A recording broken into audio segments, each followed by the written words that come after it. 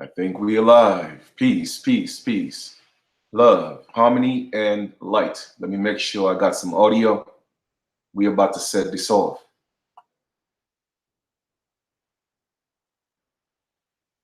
Harmony and all right, cool. We got audio. We got audio. All right. I'm gonna just give some time, for a few more people to get into this live feed.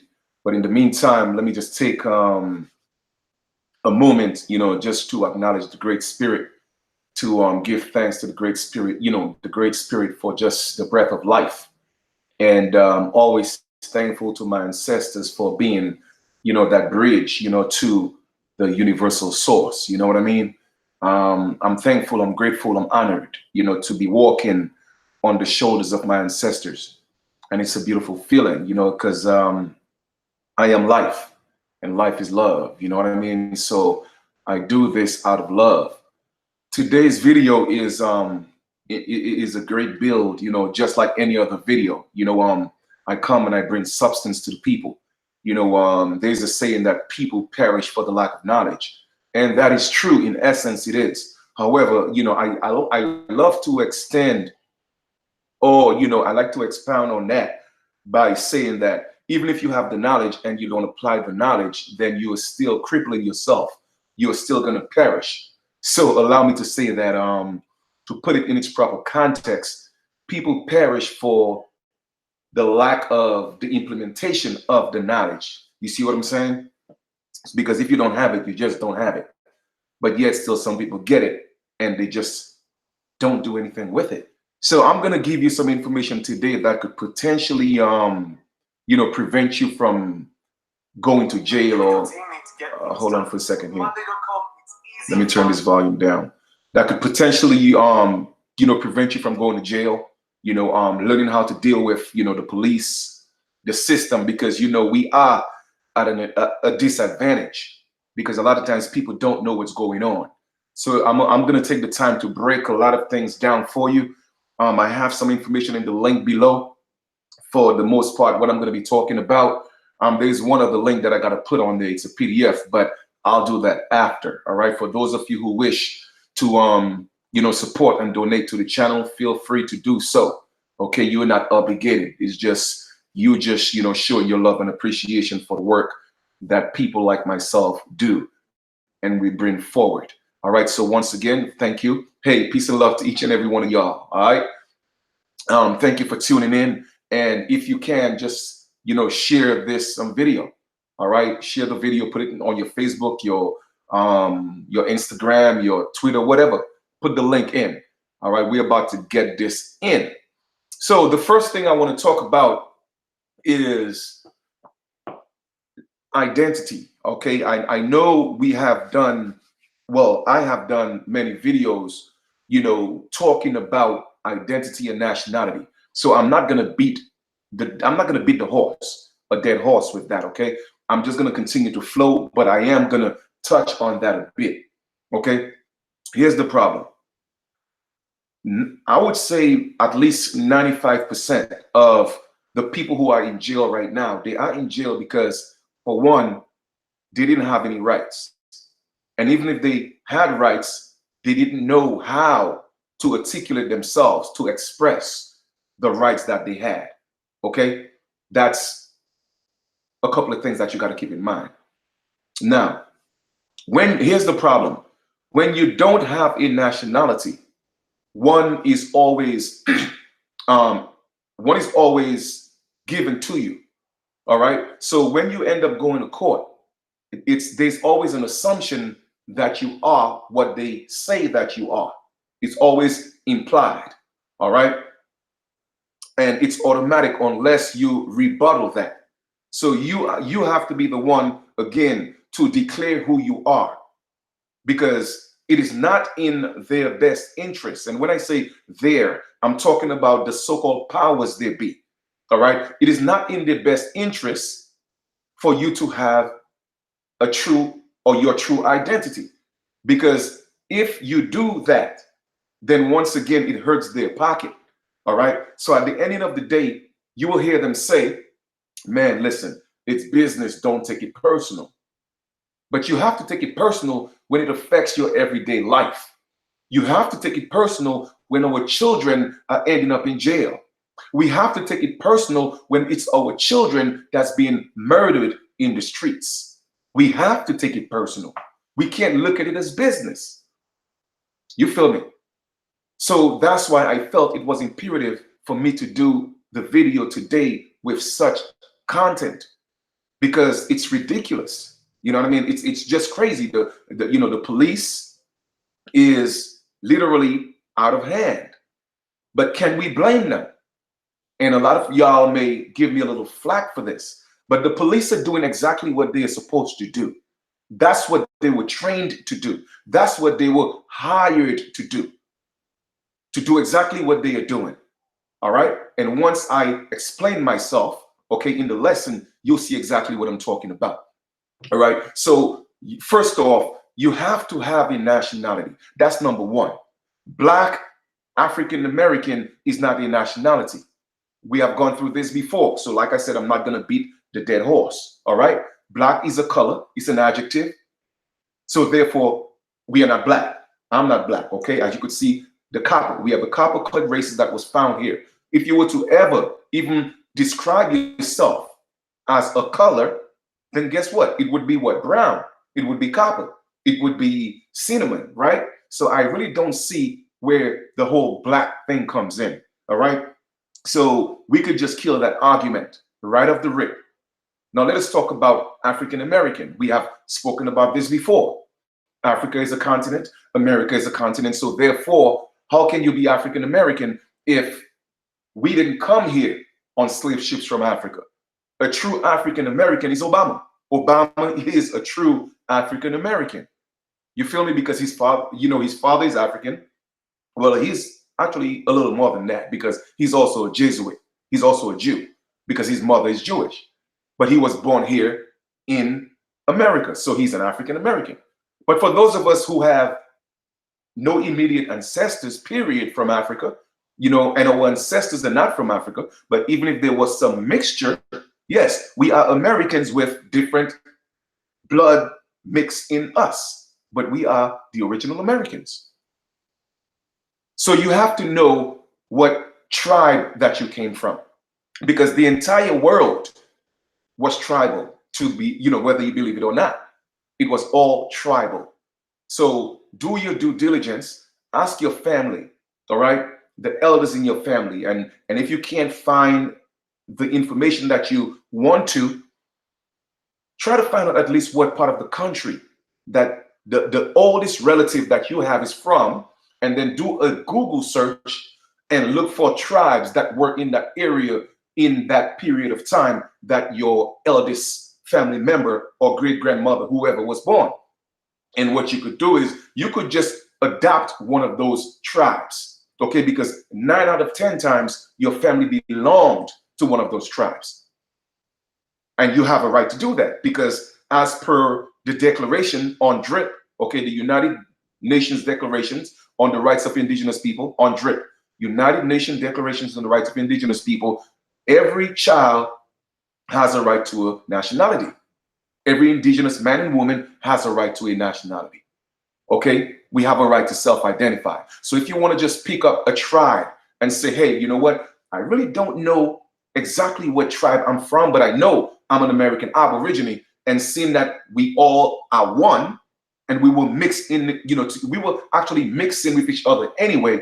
Man, listen, we are all of our ancestors. You feel me? So it wouldn't hurt you one bit to say that you are either one of them. So let's just get that straight for the record. All right. Because once you start saying you have a nationality, then you're putting yourself in a position where they have to deal with you with law and not the color of law. Okay. There's a difference. All right. They have to deal with you lawfully and not with the color of law, as long as you know what you're talking about. So once again, you have to know how to articulate yourself. All right. Recently, I was, looking at some information, and for those of you who may know or may not know, I'm going to say it. We have two governments right now. Okay. You have the organic government, which deals with the private sector, okay? And then you have the one that deals with the public, which is the de facto government, okay? The one that people vote for, whether you may be Republican or Democrat, they are all the same party, okay? They are all the same party. It's you have the left wing, you have the right wing.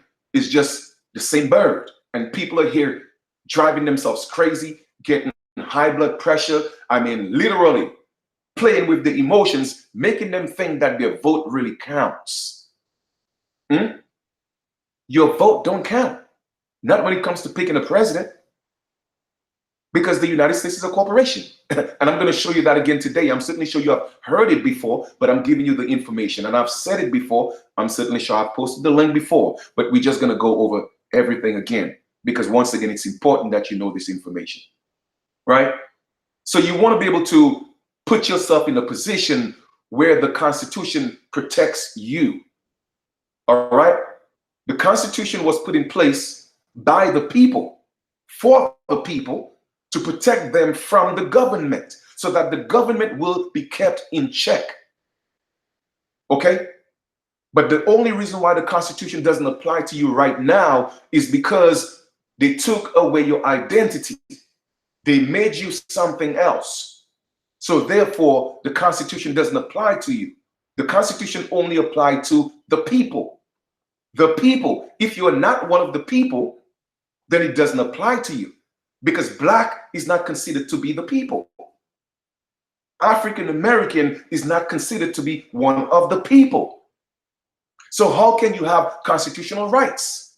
And a lot of people, okay, a lot of people are going to court speaking about, oh, my constitutional rights. No, the judge will hold you in contempt and throw you in jail because you have no constitutional rights, because you don't have an identity.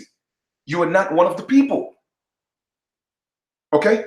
If you go look at the Constitution for or of the United States, or even in your own state, in the territory that you're in, the preamble always start off with "we the people." Okay? Without the people, there could never be a government. So how can the government be the boss of the people? Shouldn't it be the other way around? But you see, we allow these people to abuse us. In other words, here's another scenario. It's like, I'm going to use the word God very lightly once again, so we know what we're speaking of, right? It's like God making his or her children, right? And then the children is the one controlling God.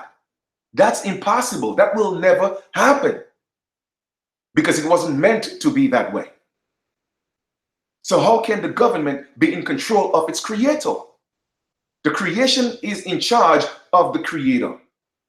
You see how things were flipped around, and people don't even see a problem with it. And even if they do, they're too afraid to do something about it. The government is actually more afraid of the people. They should be more afraid of the people than the people afraid of the government, because the people, we are the bosses. It's like you going into, you walking in the grass and you see a little snake and you get all crazy and you start screaming, you get all hysterical because you're afraid of a snake. The truth of the matter is, the snake is more afraid of you than you are afraid of the snake. But because you have so much fear, the snake senses your fear and the snake will attack you. But I grew up chasing snakes because I wasn't afraid of snakes. So hence, the point I'm making is the government is actually afraid of the people. But because they are ruling the people with fear, they have become the gods, so to speak, or the lords, or the controllers of the government. Hence the term governmental. Govern your mental. But it's supposed to be the other way around, because they are public servants. If we are considered the public and they are the servants, then who's in charge? The servants cannot be in charge of its master. So you have to know your rights, and not just know your rights, but know how to apply your rights. Know how to make it applicable to your life so that you can protect you and your family. Okay? So we are talking about the Constitution now. All right? For a very long time, the United States is not operating within the realm of the Constitution. All right? The people who are in office right now, they have gone rogue for the longest time, and nobody's holding them liable because people are afraid.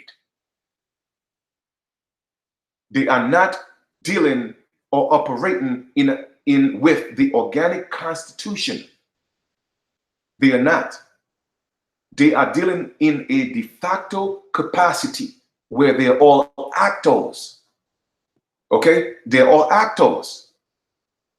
And what they do, they write or they pass acts. Okay?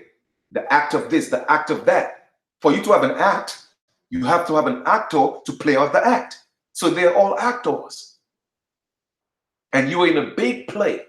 And you are the audience that's been fed and brainwashed and lied to. And they play with your emotions. But yes, there is two governments. You have the republic and you have the de facto government, which consists of the Republican Party and the Democratic Party. But the private sector does exist. It exists in Delaware.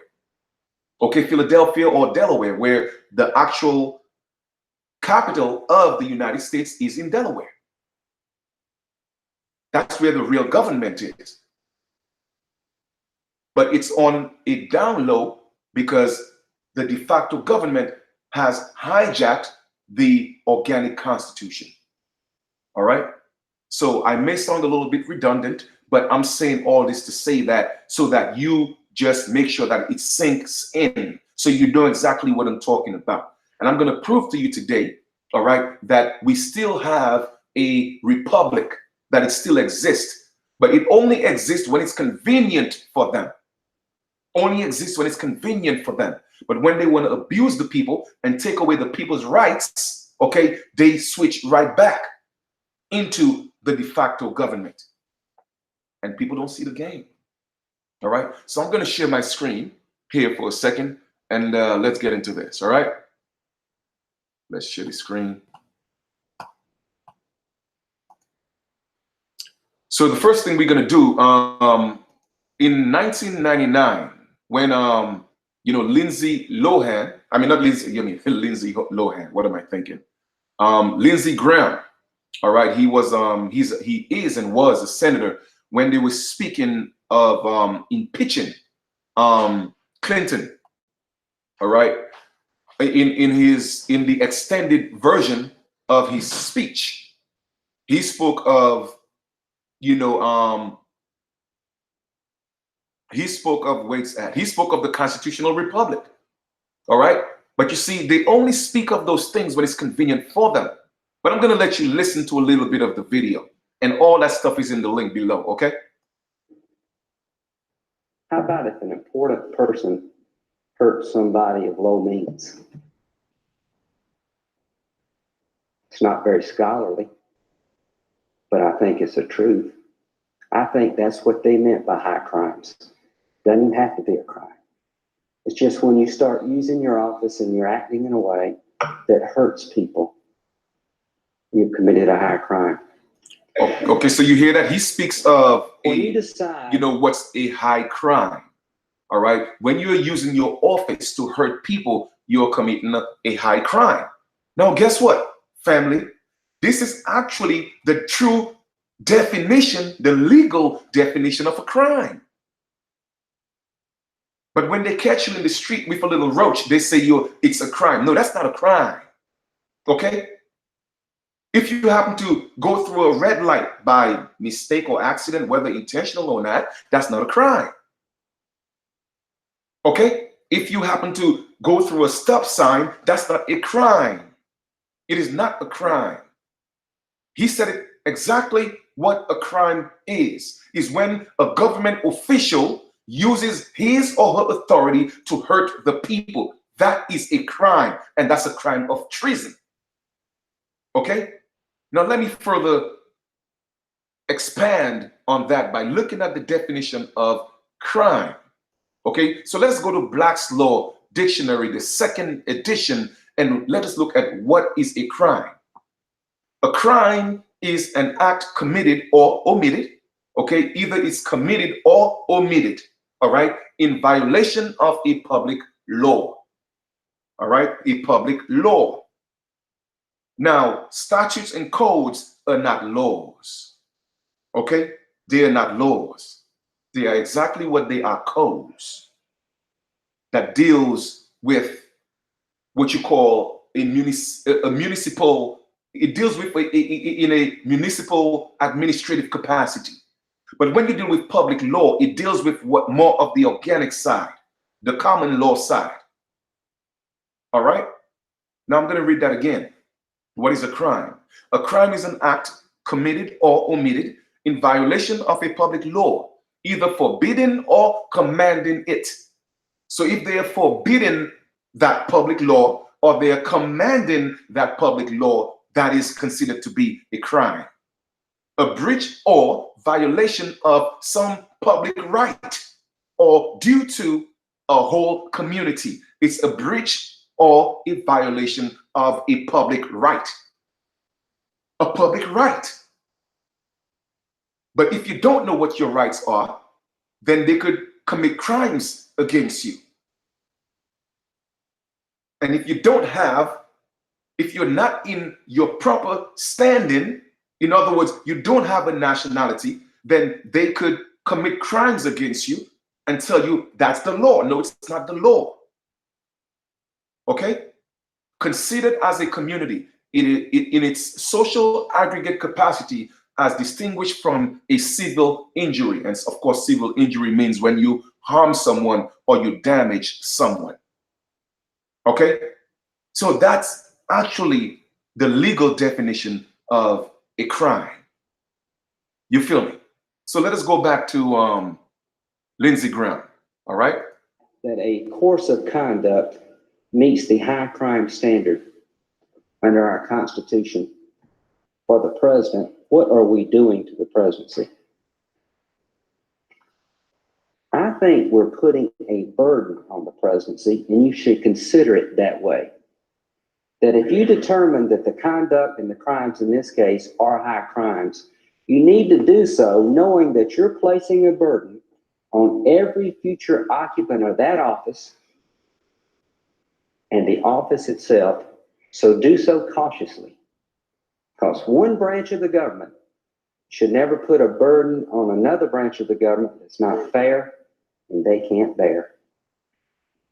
Ladies and gentlemen of the Senate, if you decided from the conduct of this president that henceforth any office holder who occupies the office of president will have this burden to bear, let me tell you what it is. Don't lie under oath to a federal grand jury when many in the country are begging you not to. Can the occupant bear that burden? I voted against Article 2 in the House, which was the deposition, perjury allegations against the president standing alone. I think many of us may have thought that he didn't know about the tapes, that he and Miss Lewinsky thought I had a story that was going to work, and he got caught off guard and he started telling a bunch of lies that maybe I would have lied about. Maybe you would have lied about, because it is personal. We have to talk about intimate things, and our human nature is to protect ourselves, our family. That's just human nature. Okay, once again, let me just take some time to interject. The man said it's human nature for us to protect ourselves. Okay, therefore, that's why the Second Amendment exists, the right to bear arms. So why is that dark-skinned people, brown-skinned people, okay, and light-skinned people are not allowed to bear arms to protect themselves? He himself said that it's human nature. Okay? So in order for them to take away all these rights away from you, when the Constitution doesn't apply to you, they have to make you 3/5 of a human. They have to make you less than a human. And that's what being black and African American and being a nigger is. You have no rights. So therefore, you have no rights to protect yourself. The Second Amendment doesn't apply to you.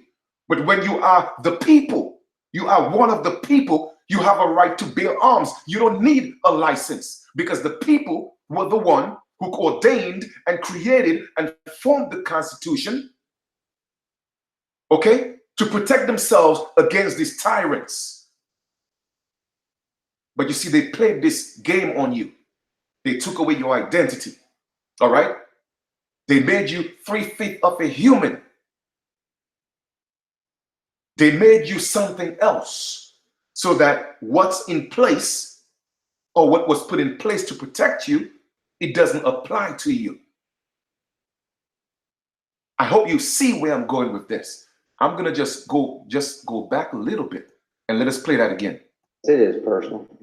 We have to talk about intimate things. And our human nature is to protect ourselves, our family. That's just human nature. All right? Our human nature is to protect ourselves and family. That is just human nature. But how is that? Okay? Only a certain demographic of people, okay? Most likely, it always seems to appear that way, that it's the so-called white people, and they are not white. That's why I'm saying so-called white people. They get to train their children from a very young age, at the age of 2 and 1, to shoot guns, to defend themselves. But how is that we can't do it? How is that we are not allowed to do it? You know why? It is because you don't exist in this system and you keep playing the same game over and over and over again. All right? You are like a hamster in a hamster's wheel. You are going full pace, full throttle, and you are thinking you are getting somewhere. Waking up the next day and you're in the same damn cage, not realizing that you haven't taken one step and you are tired, you're out of breath, and all you have to go to do is just go to sleep and repeat the same cycle over and over again. The definition of insanity is doing the same thing over and over and over again and expecting a different result. That is the definition of insanity. And how long are we going to keep playing the black power game? Black has no power in law. Okay? We don't have to play the semantics with the words. Oh, well, I'm talking about the universe. The universe is not black. Okay? We didn't come from blackness. We came from darkness. And it's not that we are darkness. No, we are the light. And the light came through the darkness. Okay? Just like the sun.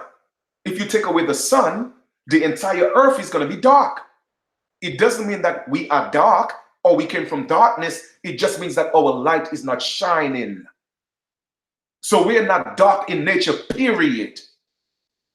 No. People who are doing evil, they are the ones that's dark in nature. We are the children of the light. So if you want to be dark and black, that's up to you. But just know what kind of energy and frequency that you are attracting to yourself. Okay? I hope I'm making myself clear. But ladies and gentlemen, what he stands charged of in the Senate happened 8 months later. After some members of this body said, Mr. President, square yourself with the law. Mr. President, if you go into that federal grand jury and you lie again, you're risking your presidency. So you see, when it comes to them, the law applies. They speak law. But what I'm going to do is, that was just a little excerpt from the video. But I'm going to read, okay?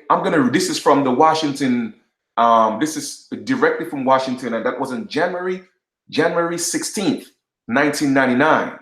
And it reads, on January 16th, 1999, a Southern politician with a mop of faintly graying hair stood on the floor of the United States Senate and made a striking proclamation about what it meant to impeach a president. And I read, quote, and I read, open quote, you don't even have to be convicted of a crime to lose your job in this constitutional republic of this body, determines that your conduct as a public official is clearly out of bounds in your role. I'm going to read that again because you see, it speaks volumes. And he's referring to President Clinton with the Monica Lewinsky situation. So this is not the basis of our topic, but I'm just showing you again, when it's convenient for them to speak of the constitutional republic, they speak on it. But when they're trying to deceive the people, they never speak of the constitutional republic. They never do, because they don't want you to live in a republic. And don't get it construed. The republic and a Republican form of government is two different things. The truth of the matter is the Republican form of government and the democratic form of government, they are all the same thing. Okay? So I'm going to read that again, open quote. You don't even have to be convicted of a crime to lose your job in this constitutional republic. Okay?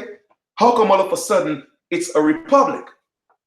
Of this body determines that your conduct as a public official is clearly out of bounds in your what? In your role. Don't actors have roles? Who played the role of Ray Charles? Jamie Foxx. Who played the role of Malcolm X?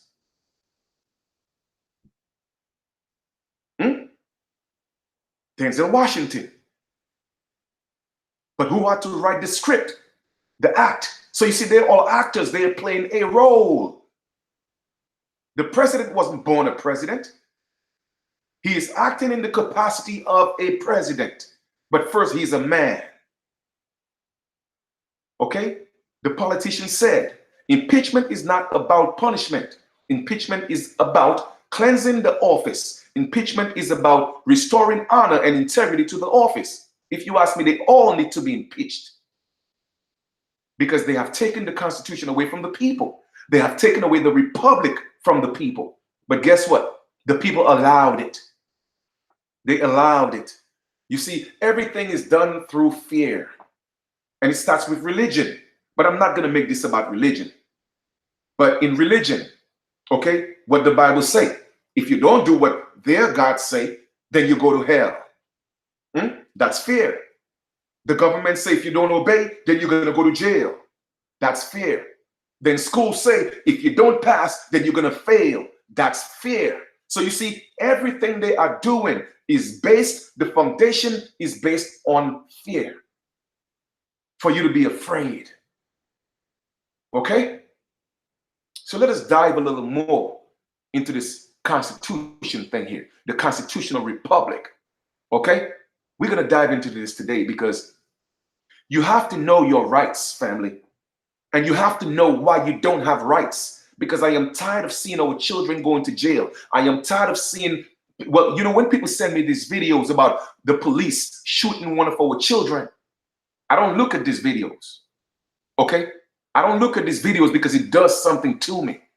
Okay? If I see the police beating up a sister that's pregnant or one of our women, I don't look at it. Okay? Because it makes me feel something. And I really don't want to go there. So I don't look at it. So I would rather teach you how to protect yourself. Give you the information so you avoid these things. If you don't know, it's one thing. But when you know, you have no excuses. Okay?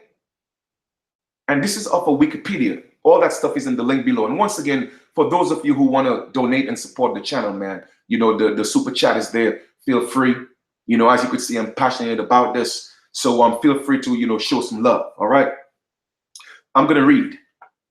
A constitutional republic is a form of government where the rulers are elected and the rules are set down in a written constitution. It is often simply called a republic. Okay? The laws and the rules are written in the Constitution, and that's exactly what the people did. And they ordained everything that was written in the Constitution. That was to keep the government body in check.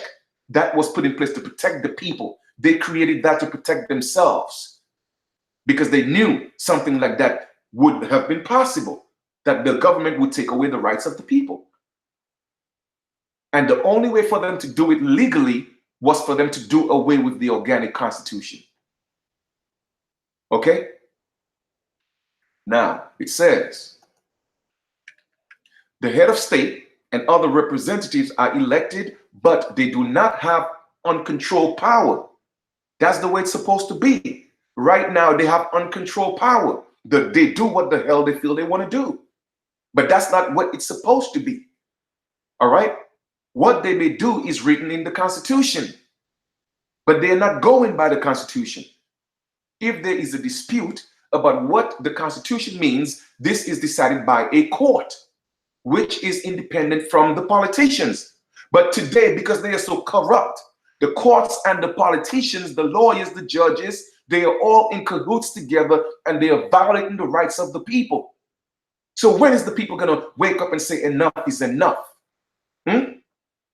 Because they're doing it for personal and monetary gain. So they are committing treason against the people. So when you see they're talking about Trump and all this, man, listen, man, all this is just a smoke screen. It's just, they're just playing with your emotions. They all need to be impeached. The Constitution describes how the state may be run. The Constitution limits the power of each office holder. And they know this, man. And that's why they are not going by the Constitution. But they only speak of the Constitution when it's convenient for them. Constitutionally, republics usually have a separation of powers. The separation of powers means that no single office holder gets unlimited power. So therefore, Trump can't just get up and just sign, executive orders. No, that is not constitutional. It is not constitutional. But they do it all the time, and it affects your life or your lives, and you have no say about it. No. How can the creation control the creator? John Adams said that a constitutional republic was a government of laws and not of the people. And they show a diagram of the federal government and American Union, the first constitutional republic. This was published in 1862. All right. Well, of course, before 1862, all right, before 1776, all that, we were still living in our tribal capacity. And I'm talking about as the dark-skinned people. All right. Constitutional governance, argue, is meant to be a safeguard against tyranny. Like I said earlier. All right. No office holder can get to a position of absolute power. However, some have argued that a constitution can be written in such a way that it lets tyranny arise. That's what they did. They read the organic constitution and they adopted, okay, a de facto constitution. Therefore, it allows tyranny to show its face. And that constitution is therefore not a fail-proof safeguard against tyranny. Aristotle was the first to write about the idea in his works on politics. Constitutional monarchies are a special case. Even though the monarch is not elected, the people still elect other governing bodies. The Constitution also limits the power of the monarch. All right. So I just wanted to touch on that a bit. Now, before we get into the police and all that, I'm just going to come back to the chat real quick. All right. So let me just stop sharing here for a second and go back, deal with you guys. All right. So I hope you guys are here with me. Okay. Once again, this is very important. You feel me? It is very important because I feel like we need to know these things. We need to know these things because you don't know your rights. All right. You end up in jail. You end up in prison. And our people, our children are suffering. And I am tired and tired. I'm sick and tired of that. All right. Our children are at the age of 12 and 13, and we have these courts charging our children as adults. I mean, when are we going to say enough is enough? When are we going to stop screaming Black Lives Matter when in essence it doesn't matter because you don't exist? And anybody who's going around calling you black, they are your enemy. I don't care who it is. They are your enemy. They don't have your best interests at heart. Anybody who's calling you African American, because we are not, they are your enemy. Okay? And just for the records, niggers don't have rights either. So I don't care if you say for this a term of endearment, I don't care what you call it. You are 3/5 of a human. You exist in a bubble and you're being eaten by sharks because you're falling for the bait every single time. Okay? Now, let us talk about the police. Let us get into the police situation here. So I'm going to go share the screen again. All right? Let us go look at the foundation, the origin of the word police. Let us share the screen again.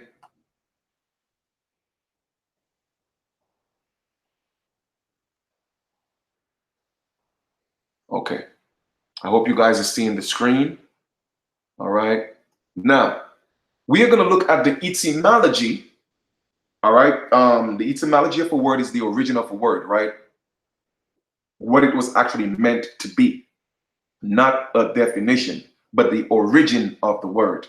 So you could go check that out yourself. There's etymonline, .com, and it gives you the origin of the words, the foundation of the word. Okay, so police is a noun.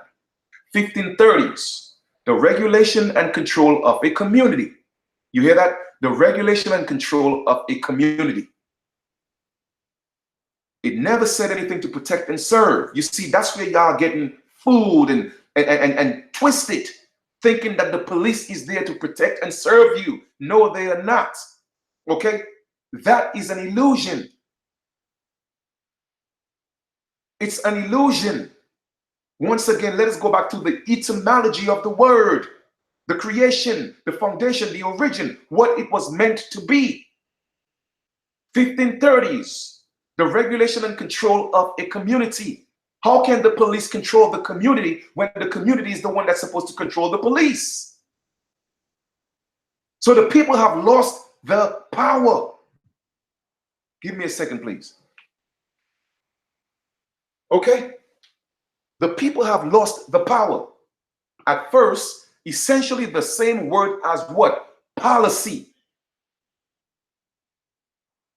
From Middle French police, from Latin politia, civil administration, from Greek police, city, see police.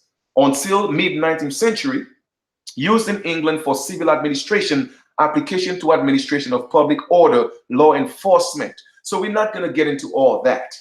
All right. We are going to look at the origin of the word when it was first, the inception of the word. It was the regulation and to control community.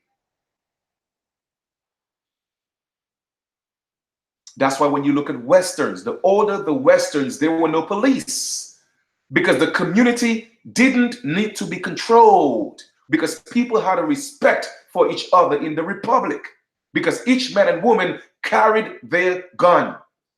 They had a right to bear arms. So you only had one sheriff. And if there was some dispute, they ran to the sheriff or they stood and had a gunfight. But people have gotten out of order. So now you need the police to regulate you and to control your communities.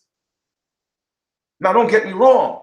I still love the idea of having the police. The only problem that I have is having the police in our neighborhoods that don't look like us and don't have our best interests at heart. Because even if they do look like us, they are still doing the job of the colonizers and the oppressors. As a matter of fact, I have had experiences where the police who look like me, okay, they violate my rights more than those who don't look like me because they have a point to prove. They want to impress the bosses. So I'm going to show you how I could abuse I'm going to use my power to abuse my kind. Because I want to be, I want the accolades. So like I said, don't get me wrong. We need the police. We do. Because I don't want my children, well, I have one son, but I plan on having some more. I don't want my children walking down the streets and some thugs or gangsters or whoever, try to rob them or shoot them because people are just miseducated. No, I want to be able to call the police. But I also want the police to know that I want them to know their place. Okay? Know their place. And they have to respect people who know the law and know who they are. Now, once again, 1530s, the regulation and control of a community. At first, essentially the same word as policy. So that's the same thing. Let us go look at the etymology of the word policy. Policy, way of management. Okay? Very, very, very simple. Right in the beginning of the word, they give you the exact meaning, the origin, way of management. Okay? So therefore, when they write their policies, their codes and their so-called laws, their ordinances, they are just ways of managing you. Okay? Now, who have managers? Businesses have managers. Corporations have managers. Why do you need to manage me? I don't work for you. I am not part of your corporation. So I don't need you to manage me. But the police and policy is the same word. Okay? Study or practice of government, good government from Old English. Political organization, civil administration from late Latin policia, which is the same thing as police, the state civil administration from Greek, policia, state administration, government, citizen from polites, citizen from police, which is the same thing as police. Okay, so as you can see, police and policy is the same word. Control, to manage. So therefore, the police is not put in place to protect and serve you. No. But yes, they are there to protect and serve. It is not just you. They are there to protect the corporation and to serve the corporation and not the people. Yes, of course. You get into a little situation, you call the police, they will show up. Of course, because they have to play it off. They have to play it off. It's an act. They're all actors. But the best interest is in the best interest of the government. Okay? The business, the corporation, the administration. As you could see, civil administration right here. It all has to do with business at the end of the day. And the only way they could control you is to make you a part of the business. And that in itself is a whole nother video. So when you truly understand what or who the police is, we cannot trust the police. All right?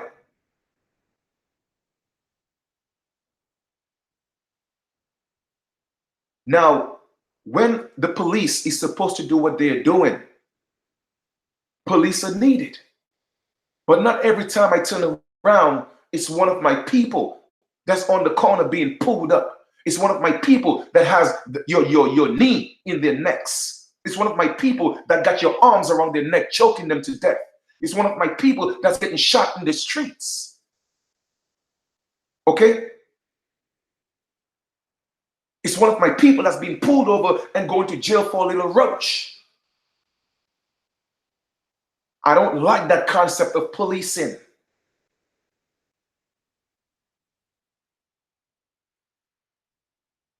Not at all. Okay? So I just want y'all to know that. All right? So let us just tie everything together. All right? Let us go look at the US Code, Title 28, just to kind of like bring things into fruition. Okay?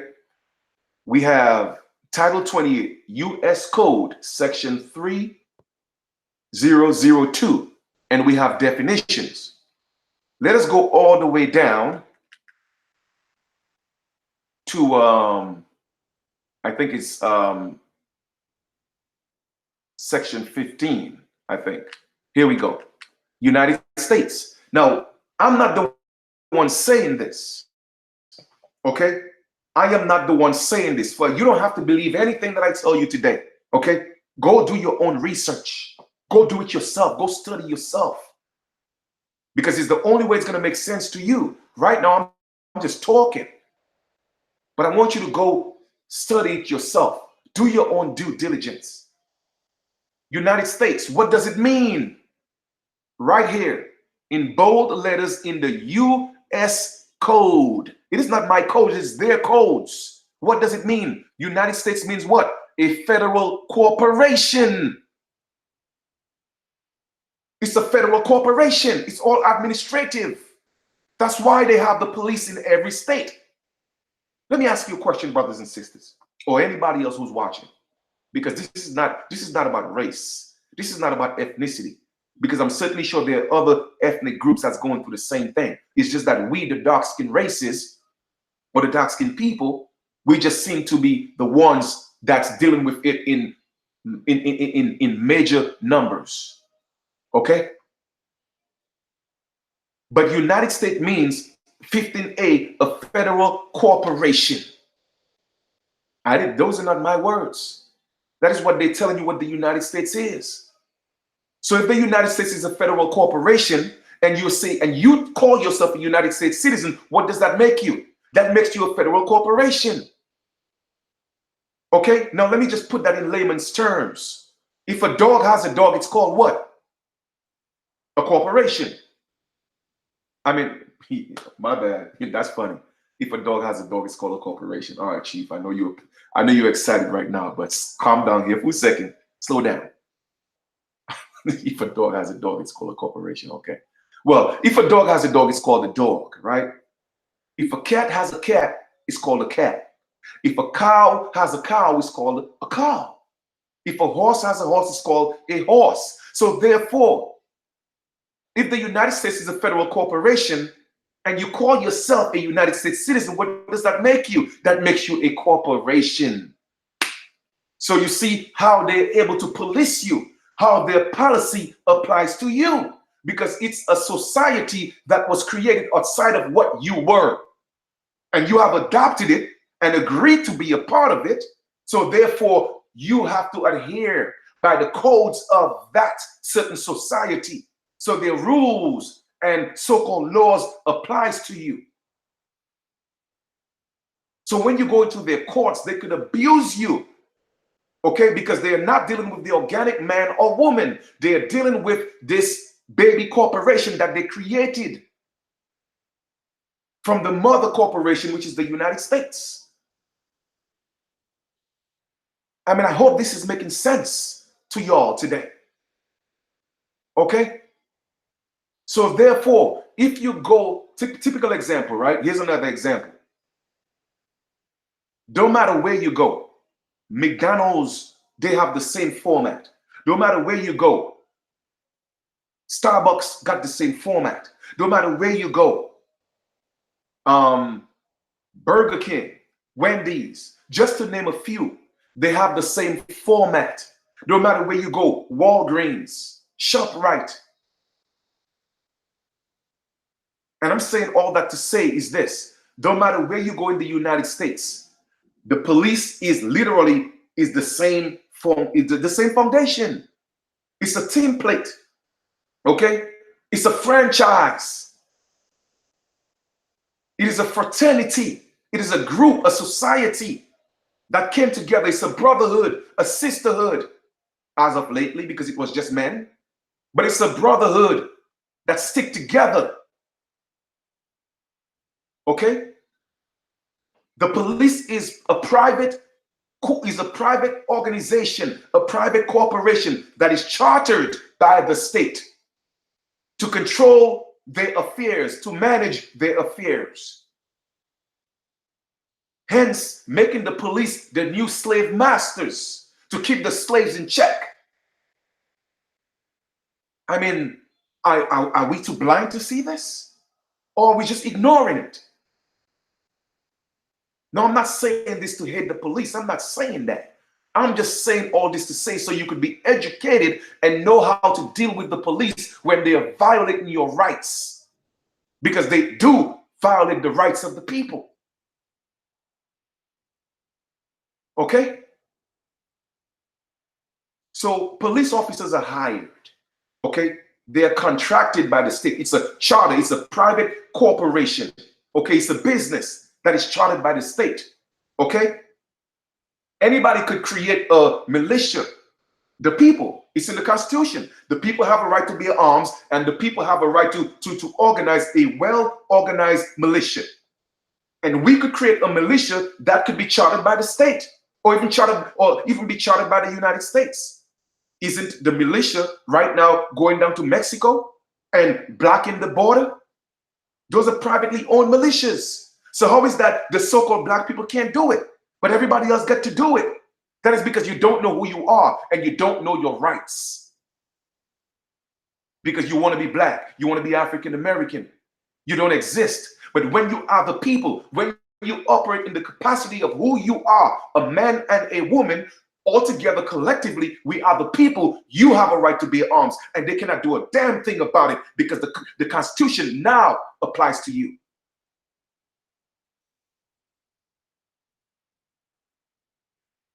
Okay? When you call yourself a 14th Amendment citizen, you have no rights because you are subjected to the federal corporation, which is the United States. I didn't say it. It's right there in your face. Okay? They are the ones telling you what it is, not me. I'm just reiterating that. All right? Now, let us look at the contrast between the police and the sheriff. So let us get into this right now. We're still diving in. Okay? We going in today. All right? This is 36 pages, so I'm not going to read the entire thing. All right? I'm just going to give you enough so you could know that the sheriff is not doing their jobs. You see, the police actually are doing their jobs because they are there to protect and serve the administration.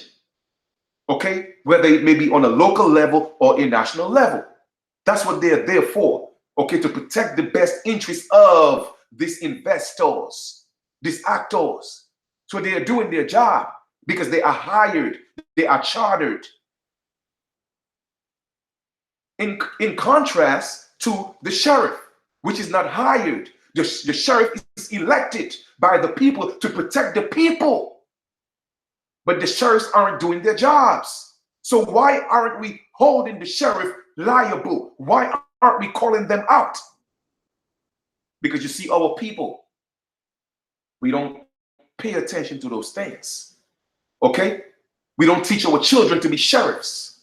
Or no, oh, you be a rapper, be a football player, be a basketball player. It doesn't matter how much money you have as an entertainer. Once you have dark skin, you're still a Negro to them. If you don't believe me, go ask Bill Cosby. Go ask R. Kelly. Go ask Chris Brown.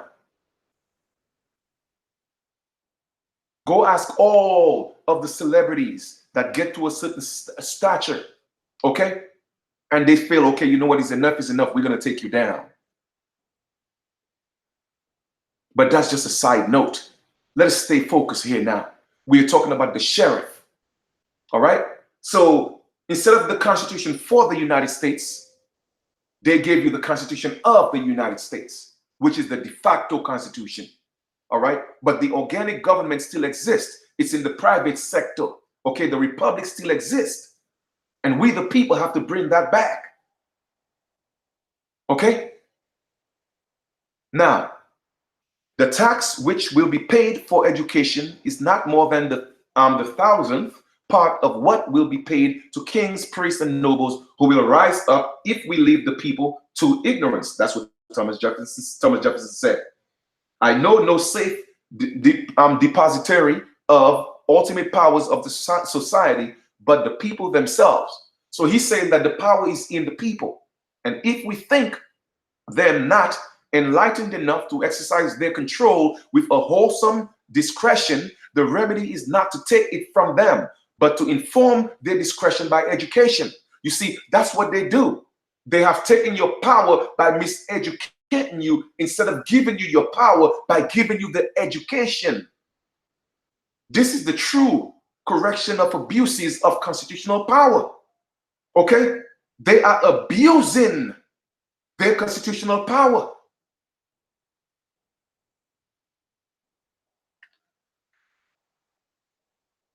Now, the first principle, due process. The county sheriff and the U.S. Marshal are not in office to serve government servants. They are there to serve the people by guarding against government abuse. Right there. That is the job of the sheriff. So why is the sheriff going in people's homes and working on behalf of mortgage companies, kicking people out of their homes? Why is the sheriff going around taking people's cars and selling it at auctions? That is not the job of the sheriff or the U.S. Marshal. No. Okay? That is not their jobs. But the people are not holding them liable. There's no need to be afraid of the sheriff or the marshals. They're there to serve you. They were elected to serve you, just like every other government official. I'm going to read that again. The county sheriff and the U.S. Marshal are not in office to serve government servants. Again, they are servants. If you are the servant, that means I'm the boss. You work for me. They are there to serve the people by guarding against government abuse. They are to make sure that the accused receive due process. If the county sheriff and the U.S. Marshal do not understand due process, they are to forthwith learn or resign. And that's what we have to let them know. We have to send letters to the sheriffs and these marshals. If you don't know what due process means, and if you don't know what your true description of your job means, you either learn or you need to resign. Okay? It is time that we take back the power as the people. The county sheriff and the U.S. Marshal are to make sure that no warrant is executed without a sworn affidavit and a wet ink signature of a judge, without which it is no warrant and cannot be executed. But don't they do this all the time? They come to your house with these fake warrants, no sworn affidavit, no wet ink signature from a judge, and not just any judge, a third article judge, because all the local judges, the municipal judges are corrupt anyway. The majority of them are, because they are working for personal gain. The county sheriff and the U.S. Marshal are to receive no prisoners that have not been indicted by a common law grand jury. So why are they coming and hollering you to jail without you being indicted by the common law grand jury? A municipal court jury is not the same as a common law grand jury. One is de facto and one is common law, which is de jure, that deals with the people. Amendment 5, no person shall be held to answer for a capital or otherwise infamous crime unless on a presentment or indictment of what? A grand jury. The county sheriff and the U.S. Marshal are to make sure that the habeas corpus is obeyed, and if the court and or witnesses fail to respond, it is the duty of the county sheriff and or marshal to release the prisoners immediately. So when your rights are being violated, you could write a notice to the sheriff, let them know, okay, that your rights are being violated and you need to be released immediately. That is the job of the sheriff, not to come pick you up to assist these corporations or these administrations to violate your right. That is not the job of the sheriff. Okay? That is the police job. You see, it's two different things. But they're all working in cahoots together because we, the people, we aren't stepping up. All right? U.S. Constitution, Article 1, Section 9, Clause 2. The privilege of the writ of habeas corpus shall not be suspended. Due course of law. This phrase is synonymous with the due process of law or law of the land, and means law in its regular course of administration through courts of justice. And they're citing the case law. Okay? Amendment 5 of the Constitution of the United States provides, no person shall be deprived of life, liberty, or property without due process of law. A similar provision exists in all the state constitutions. The phrases due course of law and the law of the land are sometimes used, but all three of these phrases have the same meaning, and that applies conformity with the ancient and customary laws of England people, or law indicated by Parliament. All right? We have law in its regular course of administration through courts of justice is due process, and they cite the case law. The due process clause has its origin in the Magna Carta, as originally drafted in the Great Charter, provided that a free man shall be taken, no free man shall be taken or imprisoned or be deceased of his freehold or liberties or free customs or be outlawed or exiled or any otherwise destroyed, nor will we not pass upon him nor condemn him, but by lawful judgment of his peers or by the laws of the land. Okay, that was the Magna Carta. All right, but because we are the free people of the land, they had to find some way to imprison you, okay, to hold you captive by taking away your identity, one, and by giving you this birth certificate with this all capital letter name. Okay? The simplicity of law. Statutes that control men places men under the rule of other men and thereby enslave them. Common law places men under the rule of the governor of the universe, who thereby rules over them. So you see the difference between statutes. Statutes control men. All right, it places men under the control of other men. Therefore, they're enslaved by them. That's why they want you to be, that's why they want to institute their statutes and codes, because it controls you. It makes you a slave. So they're trying to take away the common law process, all right, that places you under the governance of the universal creator. Only God could judge me. Okay? Who thereby rules over them. And the governor of the universe established her bench, which is the jury, who is to judge under his or her principle. Okay? So I just wanted to, again, show you the differentiation between the police and the sheriff. But the sheriff is even to this day doing the same thing that the police is doing, which they're not supposed to, because the police is hired, they are chartered by the states to protect and serve the best interests of the state. That is not the job of the sheriff. The job of the sheriff is to protect the people, even against the police. But you see, we got them working together because we don't hold them liable. I hope y'all get this. All right? I hope y'all get this. Let me just come back to the screen real quick. We're going to go back. Let me stop sharing this for a second. I just wanted to make sure that you guys are with me.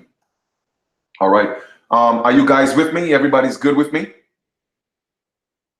Are you guys with me? Because I'm just going through a few things, and then we will get a little more into dealing and how you address. You see, I'm now looking at the chat right now. So I'll go into a couple of things, once we pretty much cover the notes, all right, or the links that, I have to share. Okay. So let me, so give me a second here, guys. Give me a second. All right. Give me a second. All right, let me just see if I could find this here for you guys. So you guys go ahead and just build in the chat a little bit. Let me just find something else for you and break this down to you, okay?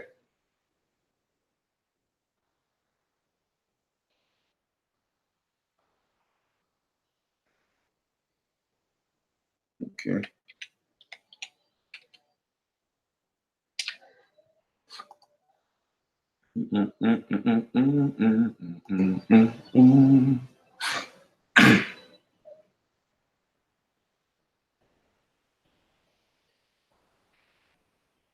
Okay, cool. All right. So what I'm going to do here is I'm going to go back into the sharing. So once I am done, all right, the U.S. Marshals and the sheriffs, you know, they kind of like work, they should be working in the same capacity, all right, to protect the rights of the people. They both have the same jurisdictional authority, so to speak. All right. Just to answer your question. All right. So let me just share something else, because you see, this is how a lot of our people get caught. All right. So let me just share the screen one more time. Then I'm going to come back and I'm going to show you certain ways and how to deal with these people. All right. Let me just share the screen again.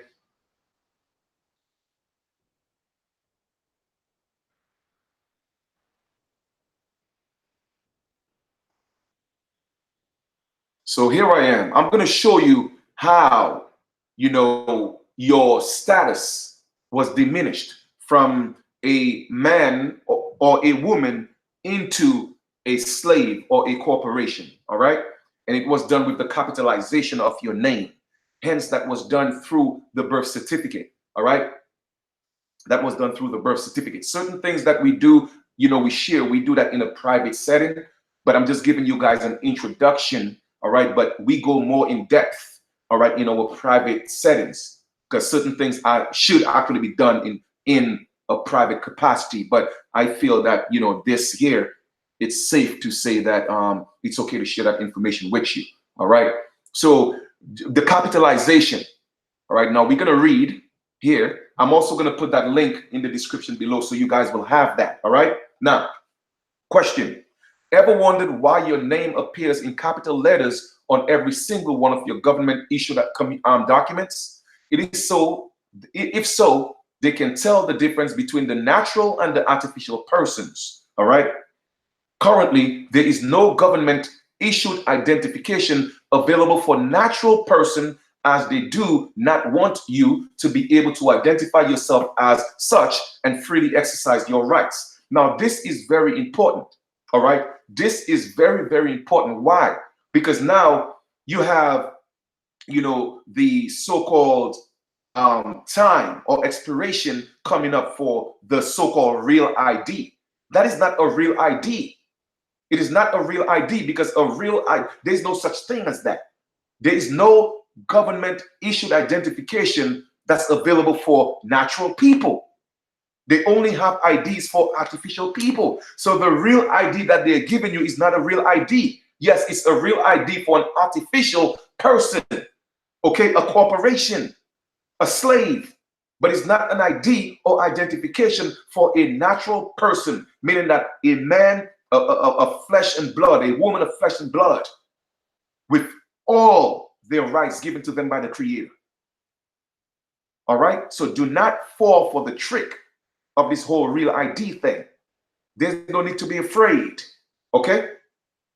When you were born, the government conned your parents using the every person must deception into registering your name in its database. Okay. Just like when you have a car. You have a car, you get a title, you register the title. What does that mean? You give up ownership. So when your mother registered you as a child, your name, okay, they gave up the ownership of you. So now you belong to the corporation. As soon as they did this, they stole your name and created an artificial person, a corporation. We just went and looked at what? Title 28, was it? Okay. Section 15. Where it tells you what? The United States is what? A federal corporation. So that's how they created this new individual, this new artificial person from the time you were born with the birth certificate. All right? With exactly the same name as you, and provided you with a birth certificate as a receipt. The birth certificate is a receipt that that transaction was done. Unbeknown to you, you have been using this artificial person's name to represent you since the day you were born. That is not you. And that's how you get in trouble when you go to court. And they know this. The only way you can tell the difference between yourself and this artificial person is by seeing its name on paper. Artificial persons' names are always shown in what? Capitis diminutio maxima. Okay? I.e., capital letters. whereas the names of human beings in law, example, natural persons, are always shown in capitis diminutio minima. Take a look at your driver's license and your bank cards now. Black's Law Dictionary, second edition, defines this use of capitalization as follows. Diminutio, Latin, in civil law, diminution, or taking away, loss or deprivation. Capitis diminutio minima, meaning a minimum loss of status through the use of capitalization. Example, John Doe, where the first name, so the so-called first name, is in capital letters and the rest is in lowercase, and the so-called last name or surname, first letter is in capital letter, but the rest is in lowercase. That is capitis diminutio minima. It's the minimum loss of status. Okay? Now, it is the lowest form or the least comprehensive degree of loss of status. This occurred where a man's family relation alone were changed. It happened upon the arrogation, which arrogation, in other words, is pride, of a person who has been in his own master, which is sui juris, of his own right, not under any legal disability, or upon the emancipation of one who had been under the patria potestas, which is parental authority. It left the rights of liberty and citizenship unaltered. Now you have what's called capitis diminutio media, meaning a minimum loss of status through the use of capitalization. Example, John Doe, where the first name is in capital letters and the rest is in lowercase, but the last name is in all caps. Now that is a lesser or a medium loss of status. This occurred where a man loses his rights of citizenship, but without losing his liberty. It carried away also the family rights. Now you have capitis diminutio maxima. That is what's killing our people right now, because you think it's you. Capitis diminutio maxima, meaning a maximum loss of status through the use of capitalization. Example, John Doe or Doe Johnny, all caps. The highest or the most comprehensive loss of status. This occurred when a man's condition was changed from one of freedom to one of bondage, when he became a slave. Okay? So family, you see how they enslaved everybody. And that's why in my book, okay, everyone's a slave unless, because it was done voluntarily, even if it was done through deception. There was no full disclosure. It is still fraud. But you did it voluntarily, because nobody put a gun to our mothers' heads and had them sign these birth certificates. All right? There are 4 different levels of capitalization used in names of persons. You have John Doe, all lower cases. We start with the human being. So all lower cases is the human being. All right? First letter capital of both last and first name, and everything lowercase is capitis diminutio minima. This is the natural person. So you compare to an artificial person. All right? Then you have John Doe, upper and first letter uppercase, the rest lowercase in the first name, and the last name all uppercase, capitis diminutio media. This is the quasi-natural artificial person. Okay, a quasi-artificial natural person. So it could be either. It varies. It depends on the context. All right, of which you are using it. All right. Then you have John Doe, capitis diminutio maxima. This is the corporation, the artificial person. Here's the summary of the rights and freedoms of the above persons. The human being has all the unalienable rights and freedoms as provided by God and protected by common law. That is the human being. Okay? The natural person has the rights and freedoms as provided by man with the Magna Carta or Charter, the Universal Declaration of Human Rights, and the Bill of Rights. All these documents state is the obvious that we are all free and equal. Okay?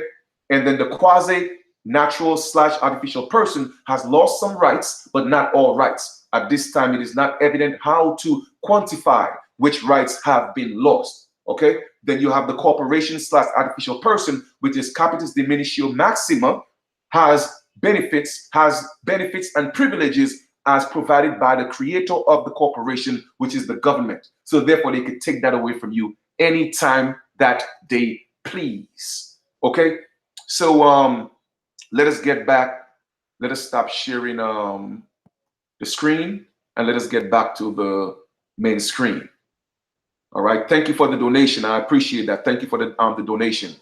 All right. And I think, sis, I know I've gotten, you hit me up on Facebook and I got to get back to you. I've just been so busy, but I promise I am going to give you a call. All right. I am going to give you a call. Okay. So now we are back. Now to get to some of your questions and your concerns. All right. Number one, whenever you're pulled over by the police, remember, you don't have to talk to the police. Now, you could be courteous if it's a regular conversation. All right. That's fine. But once they start interrogating you, you don't have to speak to the police. You don't have to speak to the police. Okay? Because anything you say can and will be used against you in the court of law. Because what you have to realize is this. We speak 3 different languages. Okay? And I've said this before, but I'm going to reiterate again because you see, the redundancy of the teaching is what makes it stick.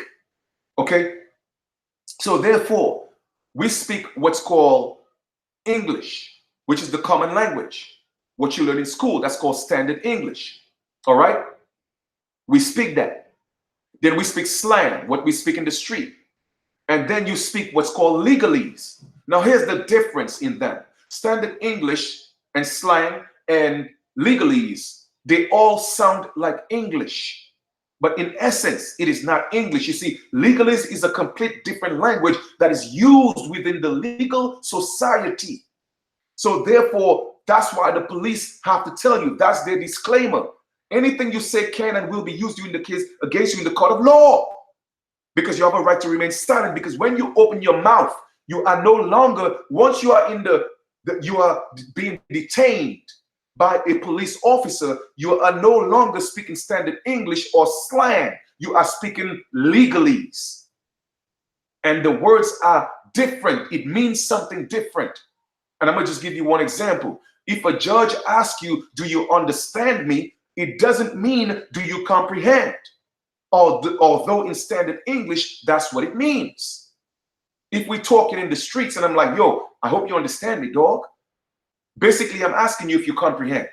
But in court, that's not what it means. In court, it means that they are asking you, are you under me? Okay? That's what it means. So you have to learn the difference. So because legalese is so extensive and it's trickery, then you don't put yourself in that position. You always have to question jurisdiction. Always have to question jurisdiction. Because regardless of what, every police swore an oath to the Constitution of the state, of the territory that they're in, and one to the United States. So they have an oath. So for me, the first thing I always do with my encounter with a police officer is I let them know that you swore an oath to the Constitution, both of them, and I accept your oath. Now, once you have done this, you make them peace officers opposed to police officers. So now you make them peace officers for those of them who are educated, because not all of them know. A lot of them are ignorant. And I gotta, just to be fair, a lot of these police officers are not taught this. They're only taught how to uphold codes and statutes. You feel me? So a lot of them are ignorant to the facts and the law, and they're only dealing in a legal capacity. All right? So once I let them know I accept the oath, I let them know that I am not black, I'm not African American, I let them know who I am.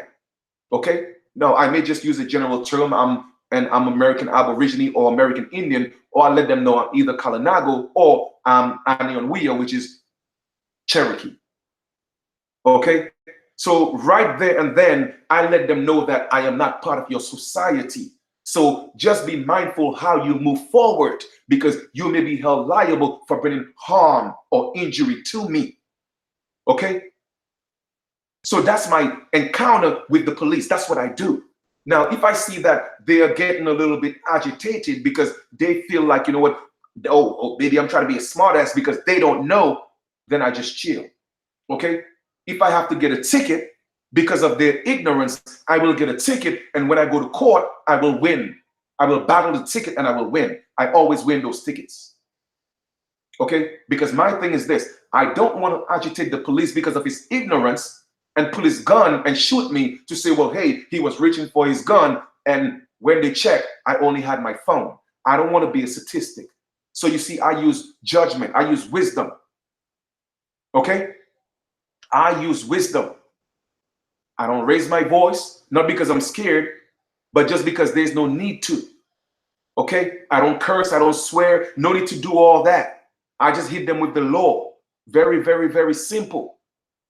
Okay? It's very, very simple.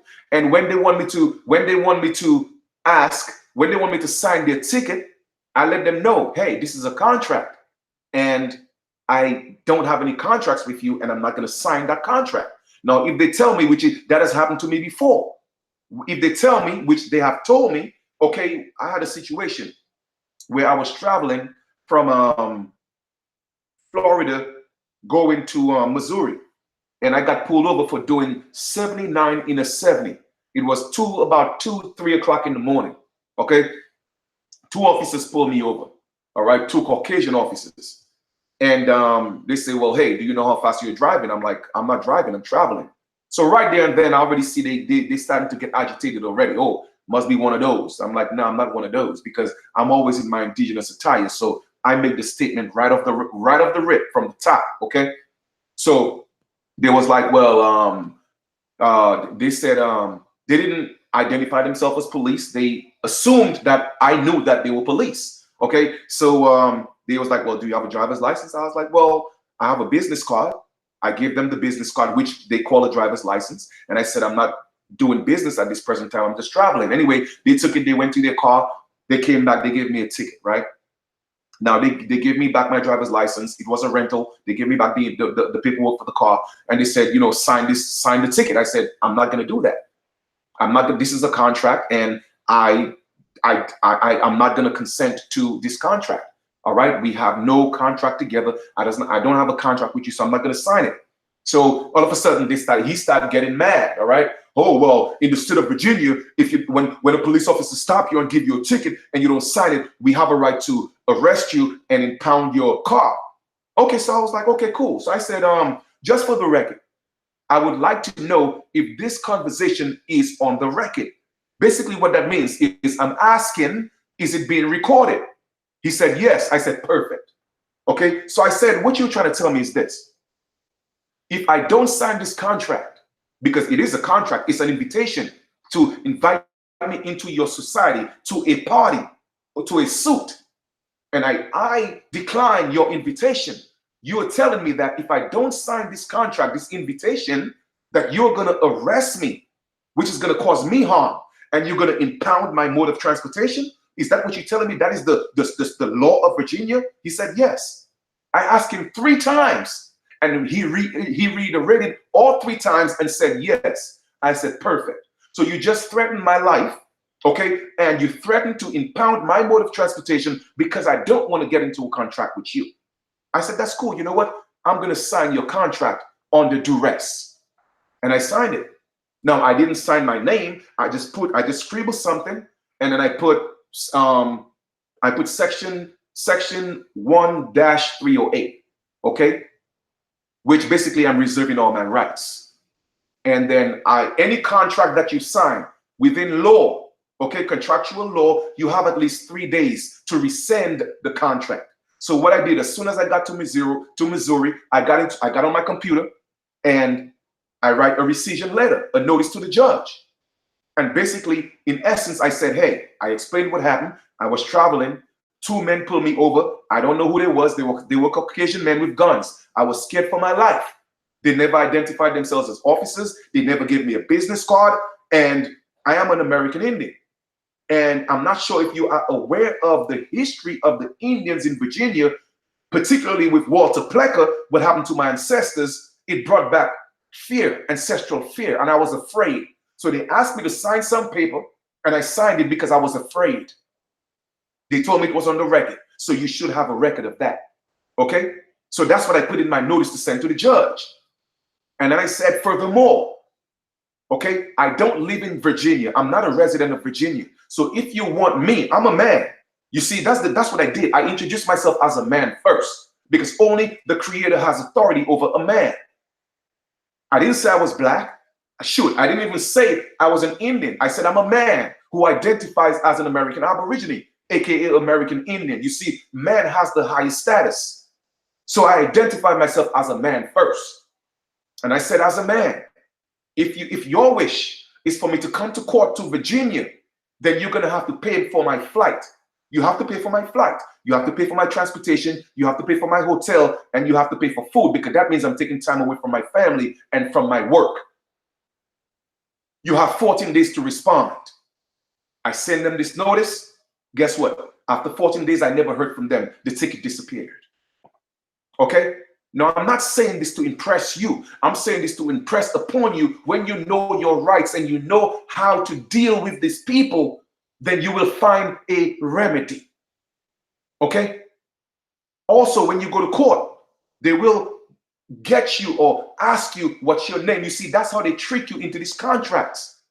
I just showed you what it means. Capitis diminutio maxima.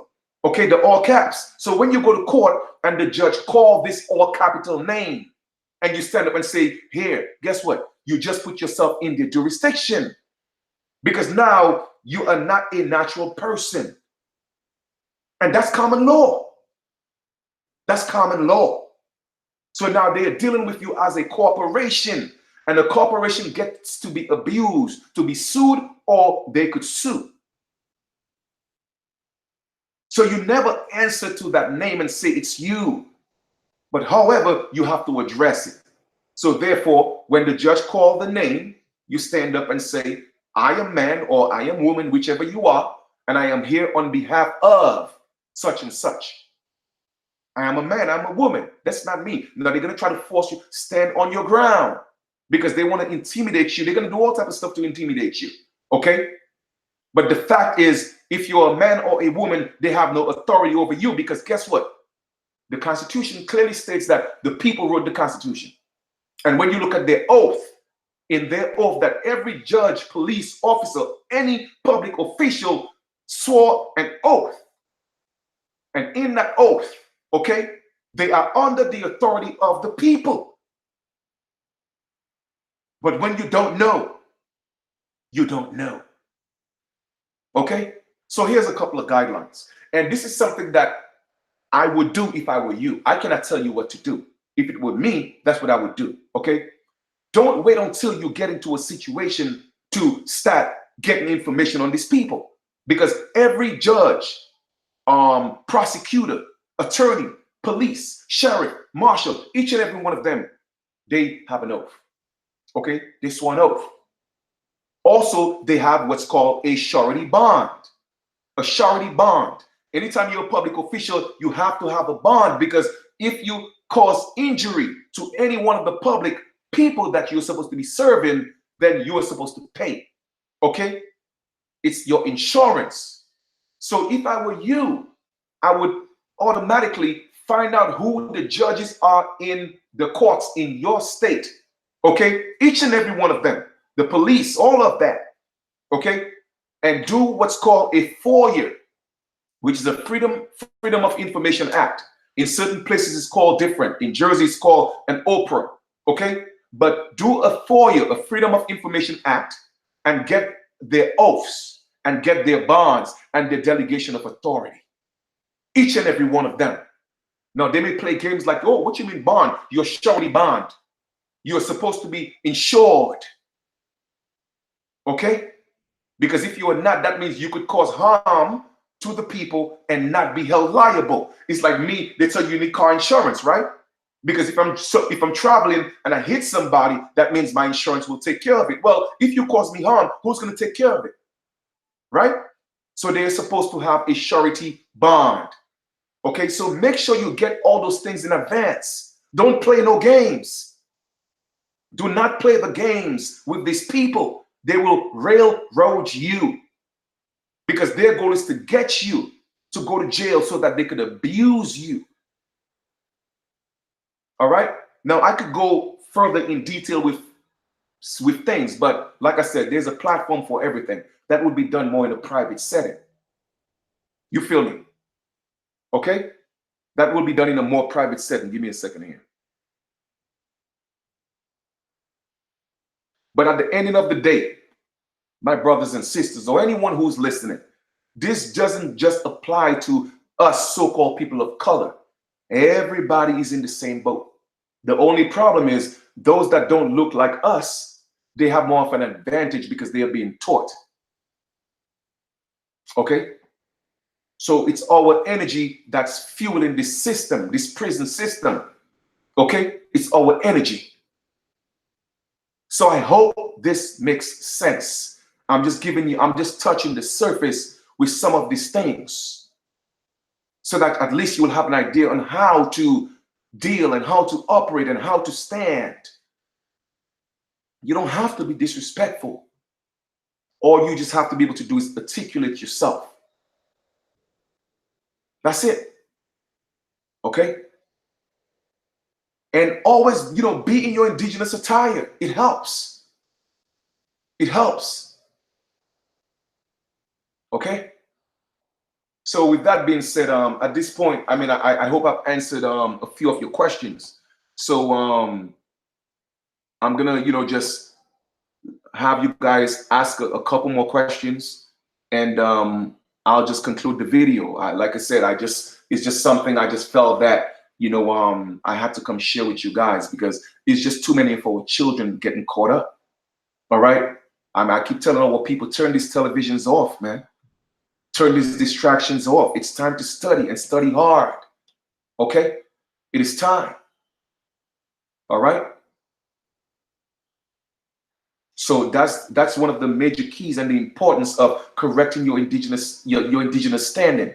And that's what we are going to be holding these private classes for. I know I've been talking about it for a while, but we have to make sure this is thorough.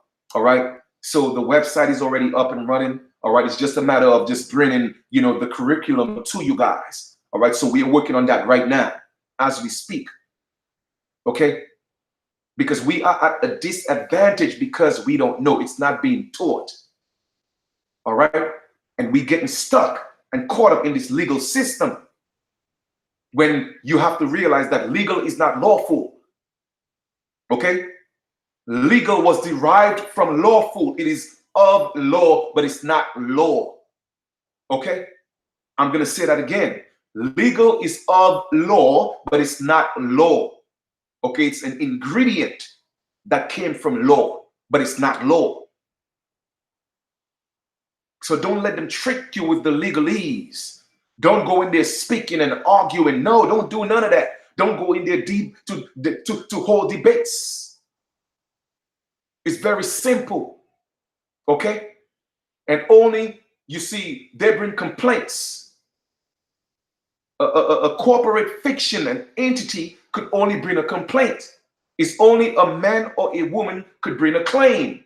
So therefore, the state of cannot bring a claim against you because the state of is not a man or a woman.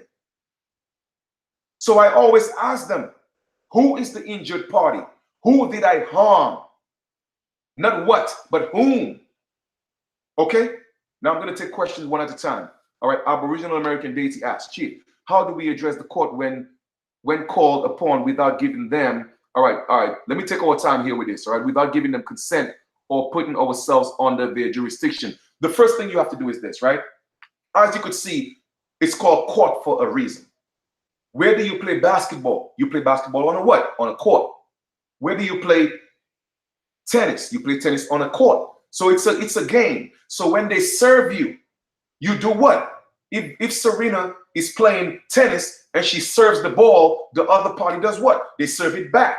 That's what you're supposed to do. Okay, so let your paperwork speak for you first, even before you enter before the court or you go into the venue, because the venue is not the court. You are supposed to be the court. It's the people that's the court, not the building. Just like the church, the building is not church, it's the people. Okay, so when they send you a notice, an invitation, whatever, you are supposed to send a response. You're supposed to serve them back. And that's when you state your standing. That's where you question jurisdiction, not when you go there, before you get there. That's what you're supposed to do with your notice. Okay? So you start off with you letting them know that I'm a man or I'm a woman, and you view them as a man or a woman as well. Because a judge is not a judge. A judge wasn't born a judge. A police wasn't born a police. They were born man and woman acting in the capacity of a judge, a sheriff, a police. So that's what I do. Okay? I introduce myself as a man first. Okay? Doing the will and the work of the Most High. That's my authority. And I also view them as man and woman acting in the capacity of. And now I ask them, okay, under what authority are you acting?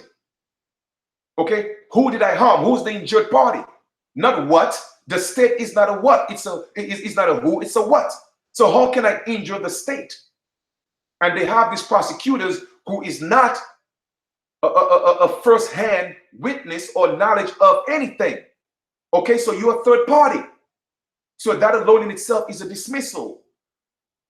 Okay, but you have to get the bond and oaths and the delegation of authority of these people. Get this surety bond. Let them know that you mean business. Okay, so you have to do that even before you step into the venue. Do that with your response. As soon as you get it, don't waste time. Within 3 days, send your response. Okay. All right. So that's just to answer your question, Aboriginal American deity. Next one was peace as being denationalized, man or woman. Is it best for us to nationalize through our ancestral tribes or create a tribal government of our own? If you know what tribes your ancestors came from, you are what your parents are. If you don't know, then you have a right to identify to whatever you choose. Okay, as a man or a woman, you have a right to do so. Okay, but the problem is it's not enough of us doing this. So when one person here, when we do it, sporadically, okay, they make examples of us. But more of us need to come together and do what we're supposed to do. So to answer your question, you could create your own. All right, you could create your own. You have a right to do so. All right, Ryan Manuel said, I need help. My husband has been in jail for some time. He didn't do since December. I've been trying to get the paperwork, but now him and my mother-in-law have gotten scared and asked me to lay off the DA. My email is in the link below. Send me an email in the link below, and I'll see, if there's any information that I could give you. Okay, Ryan, Manuel, my email is in the link below. Send me an email. Let me know who you are. All right. What does a motion to do vacate really means? What does a motion to vacate really means? All right. So let's this is what we're gonna do, right?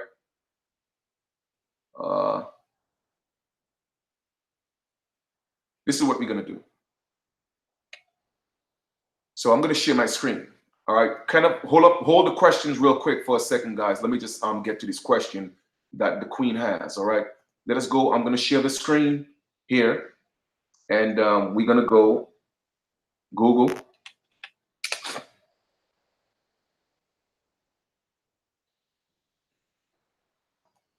All right, and let us look at it.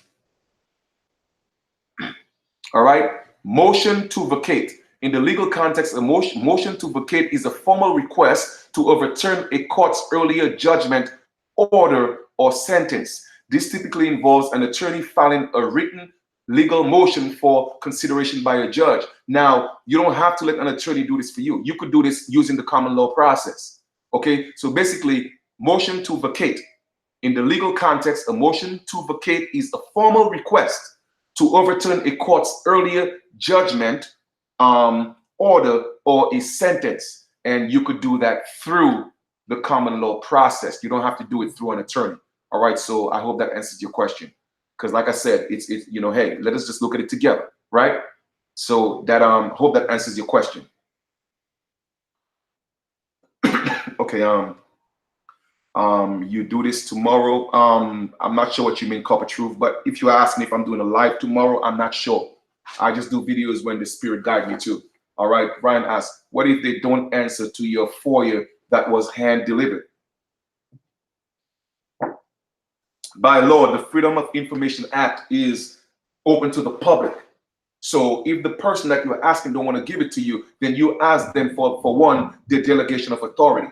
You deal with the person that's denying you that, and you ask them who their supervisors are, and you go to their supervisor, then you go to the supervisor, then if you have to go to the attorney general, you go to the attorney general. If you got to go to the governor, then you go to the governor. Somebody's going to be held liable. So don't give up. You have to be persistent, all right? And always go, with a group of people, all right? Never go alone. Go with a group of people. Go with your feathers. Let them know that you're not playing. All right? Because we have to stick together. The Jews do it. The Arabs do it. The Mormons do it. Okay? Why aren't we doing it? Why do we always have our people standing alone? We have to do it together. Okay? Jeffrey asked, if the 3 days has passed, what step can be taken? It's the same thing. I mean, even if the 3 days has passed, as long as you respond within the time that they give you. Normally they say, well, you have 30 days to do such and such. Okay, so you respond within the 30 days. The mistake or error, I would say rather, that people do is that they don't respond. They think, oh, well, I'm not going to respond. It's just going to go away. No, it's not going to go away. All right? It's not going away. Because that means if you're playing tennis again and somebody serves you the ball and you don't do anything, then it falls in your court. And guess what? They get a point, right? So you have to serve them back. All right? So you have up to 3 days to rescind the contract or respond within the time allocated on the back of that summons, because a summons is just an invitation. A citation is just an invitation. That's all it is. All right? And it's being done under threat and coercion, because on that summons or the citation, well, if you don't do this, we're going to do that. That's threats. So that alone in itself, I'd be shutting them down with that. How are you going to threaten me? If I don't do what you say, you're going to threaten me? That's a threat. So that's motion for dismissal. All right. Any more questions? Because I'm about to conclude. You only have yourself. Well, guess what? You need some people with you. You got to have a best friend. You know what I'm saying? So yeah, you could rescind the contract. Anytime a contract is causing you harm, you have a right to rescind that contract anytime. Okay? Because I'm not going to continue to suffer, and that's what suffer means. Suffer actually means that I'm allowing this to happen to me. So I don't want to suffer. So if something is causing me harm, I'm going to send you a notice. Hey, you know what? When I got into this contract, I thought it was a benefit to me. Now it's causing me harm. It's not a benefit to me. It's causing me stress. It's causing me financial harm, blah, blah, blah. And I'm rescinding the contract. That's it. And you have 7 days or 10 days to respond. That's it. If you don't, I'm going to send you another notice letting you, hey, you know what? I sent you a first notice and you didn't respond. See Exhibit 8 attached or attachment, whatever, and I'm going to send it. And the third notice is a notice of default.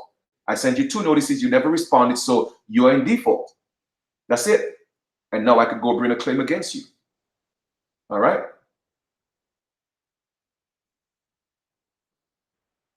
How do I start to get my husband in the process status? Like I said, you're gonna have to send me an email. I can't discuss certain things there. I think I said that earlier. So if you really want some answers, you know what I mean, or if there's any way I could assist, you're gonna have to send an email. All right. So anything that concerns your husband. All right. All right. Descending from more one and tribe, can we nationalize with all said tribes? Nah, you're just gonna pick one. You have to pick one. It doesn't mean that you are not the next. All right, but just pick one. All right, just pick one. Okay, it's like saying you're Irish American. I am Taino Cherokee. I mean, that sounds good and all and well, but just choose one that you resonate with, and it doesn't mean that you cannot encompass all of it, because you are all that your ancestors are. All right. Mr. Real Estate asks, should check other as far as nationality?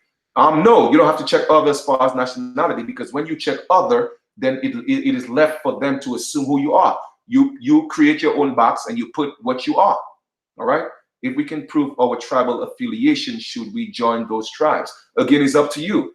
If you it depends on your on your goal, your purpose. If you want to be federally recognized, that's on you. I wouldn't want to be part of those federally recognized tribes, because again, you are giving up rights. You're giving up your unalienable rights. All right. So it still means that you are under the authority of. All right. But hey, some of it have benefits, and if you so choose, again, you could partake if you so choose. And if something is causing you harm, you don't have to be that. So it's cool. All right. Just like how being a United States citizen is an option. It's a corporation. All right. So if you could be you could be a citizen today or tomorrow because it benefits you, but if it's going to cause you harm, then you don't have to be a citizen. That's what's facts. Okay, that's facts. She lives in a life I don't agree with. These people are here on corrupted chief. It's a lot of killing here in Greensboro, North Carolina. Well, I mean, yes. I mean, I hear you. You know, it could be fearful sometimes. You see what I'm saying? But at the end of the day, if we don't stand for something, we're going to fall for everything. And just know that you're not alone. You could rally support, all right, from people around the country. You see what I'm saying? So, you know, there are many ways to deal with that. All right. So like I said, you know, you send me an email and we'll see how we could move forward with that. All right. Jerome, good move, though. Invoice them with visitation and charge them an honorarium for the appearance of your person. Absolutely. Absolutely. I let them know that, you know, I'm coming as a man, and if you need my time, you're going to have to compensate me. That's right. All right. So who are we, the Haitians? Haitians are the Arawaks, the original Arawaks, you know, West Indians. They tell you in the word, West Indian, Carib Indian. We are the Carib Indians, and we are the Indians of the West, West Indians. All right. So Haitians are also Aboriginals. Okay. That's right. Everything is about debt collection. That's what it is. That's exactly what it is. All right. It's about collecting debt, because you are a debtor and not a creditor. All right. And those are the things that we're going to discuss in the private lectures. All right. So at this time, I just want to give a shout out to each and every one of you, you know, Onyx Summer Rising, you know, again, thank you for your constant, you know, commitment, you know, for playing your part. And for all those of you who are actually on the feed right now, thank you for your time and your energy. You could have been doing anything or be anywhere else, but you are here. So I'm thankful for that. My brother Creek is not on the chat, but I just want to give him a shout out, you know, for all the work that he's doing as well. Somebody says they run when you use the law correctly. Absolutely. When you use the law, they don't want you to use the law. That's why they created a de facto legal system, because they don't want you to use law. All right. So know your rights. All right. I got a couple questions, Chief. I prefer to email you about. Yeah, like I said, my email is in the link below. Straight Path. Godite. Yeah, by all means, send me an email. If I don't respond immediately, please don't take it personal. I will. I always do respond to my emails, but it's just because I'm doing so much. Sometimes it takes me a little time. All right. Could you scroll back in the chat and read my question real quick? What question is that? You might. I think it's easier for you to just ask the question again, because I think I addressed your question, and I'm not sure if there were others. So Aboriginal American deity. If you could just copy and paste it again, I think that would save me the trouble of going to scroll, you know, back.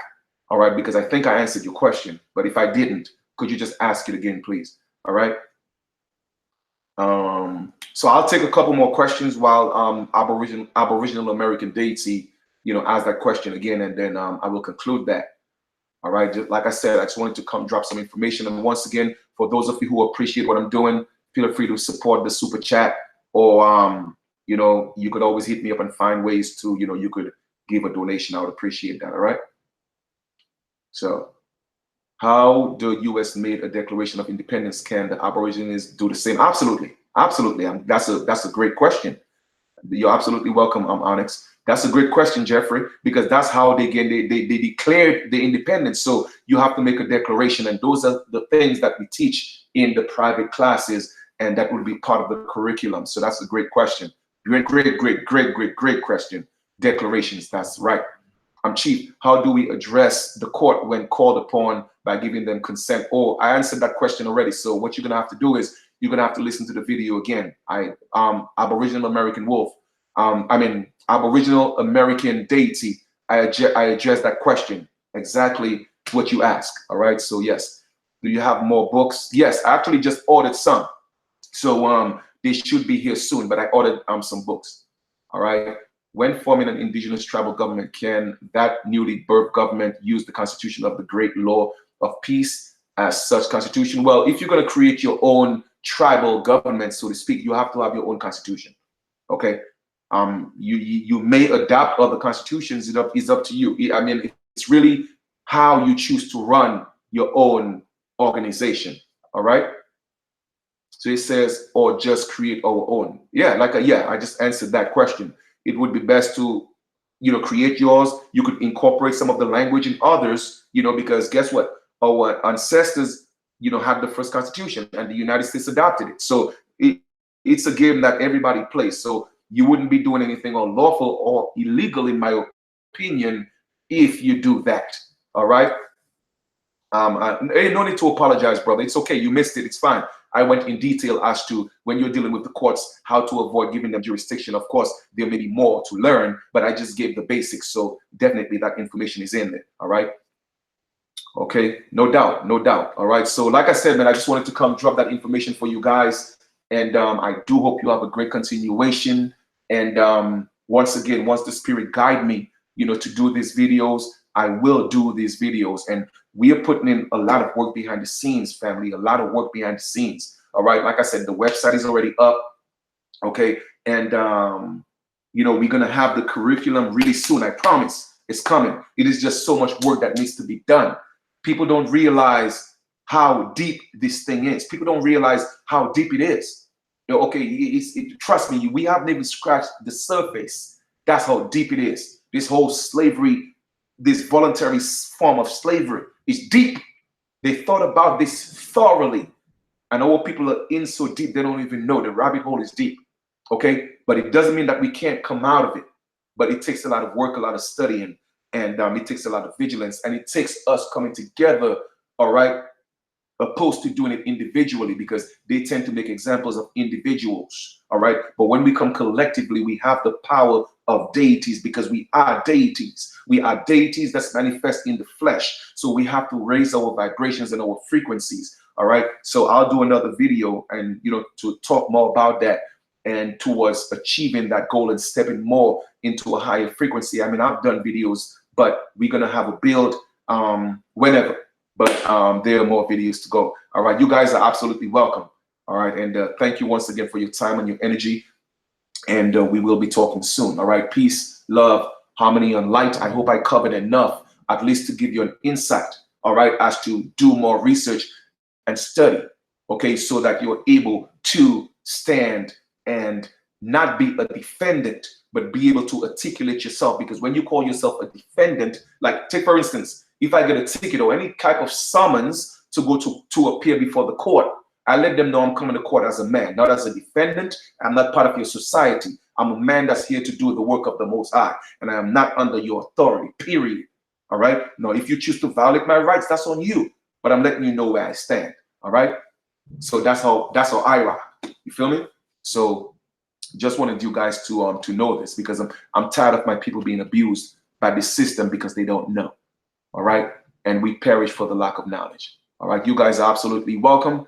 And we will talk soon. May the ancestors continue to guide you, be with you. May the Most High continue to keep you guys and protect you guys and open up your minds more. And so that we don't fall victim to the wits of the oppressors. All right. Or the colonizers or the tyrants that's here abusing us. Okay. We are the American Aborigines. Let us stand together. Let us stick together. I don't care if you call yourself an Israelite. I don't care if you call yourself a Moor. I don't care if you call yourself whatever you call yourself. The truth of the matter is we are all facing the same predicament. So for once, let us just not forget our differences, but let us just put it aside for now, okay? And come together and deal with this situation, okay? Because these courts are destroying our people, all right? So we'll talk soon. Peace and love. I'm out.